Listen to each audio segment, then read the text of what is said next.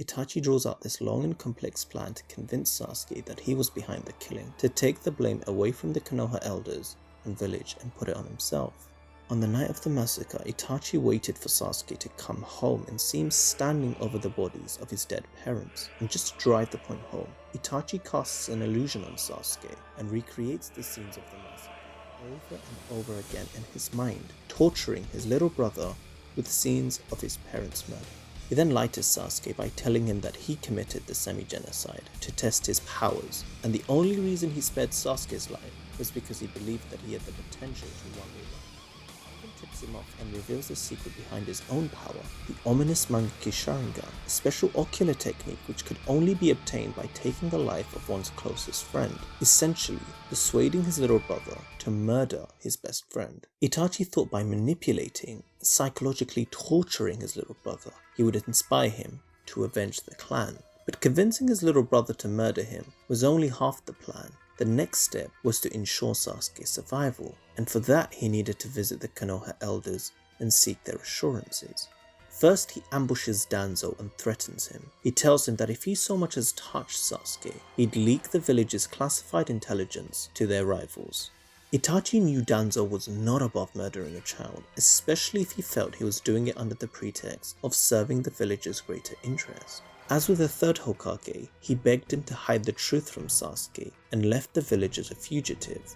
He then joined a criminal organization called Akatsuki, where he also secretly served as a secret agent for Konoha. But joining Akatsuki did not put an end to his scheming. After the third Hokage passed away, Itachi returned to the village to signal to the remaining village elders, particularly Danzo, that he was still alive and kicking. Unfortunately for Sasuke, when Sasuke hears of Itachi's return, he rushes to confront him, and when Itachi sees that Sasuke hadn't yet obtained the Mangekyo Sharingan, he takes the opportunity to persuade him by stressing the huge gap in their power by beating him senseless, both physically and psychologically.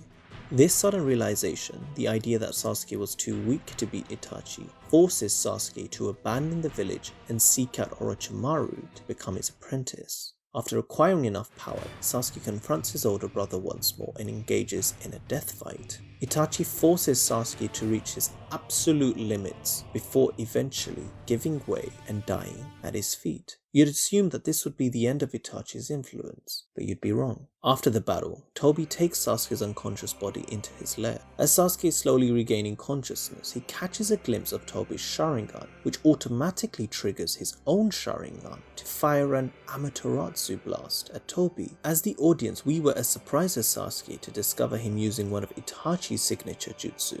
But Tobi survives the blast and returns to reveal that that wasn't Sasuke's doing, but Itachi's. As moments before Itachi died, he sealed his own jutsu into Sasuke and programmed it to react to Tobi's Sharingan, hoping that his jutsu would operate as a failsafe and be enough to keep Tobi away from Sasuke. As Tobi knew the one thing Itachi feared most, something that the third Hokage took to his grave: the truth. Even when he was dying from a fatal illness, Itachi took precautionary steps to ensure his plans succeeded or never entirely failed.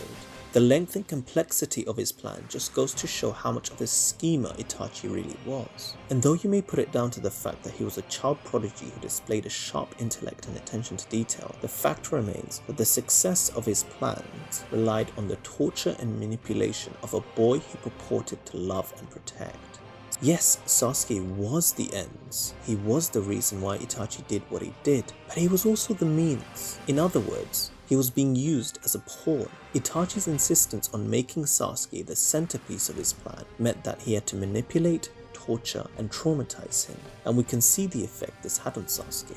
From flashbacks, we see that Sasuke was once a happy child who had loving parents and a kind older brother. But after Itachi murdered his family and physically, emotionally, and psychologically tortured him, Sasuke turned into a cold and emotionally distant and cynical teenager, hell-bent on revenge.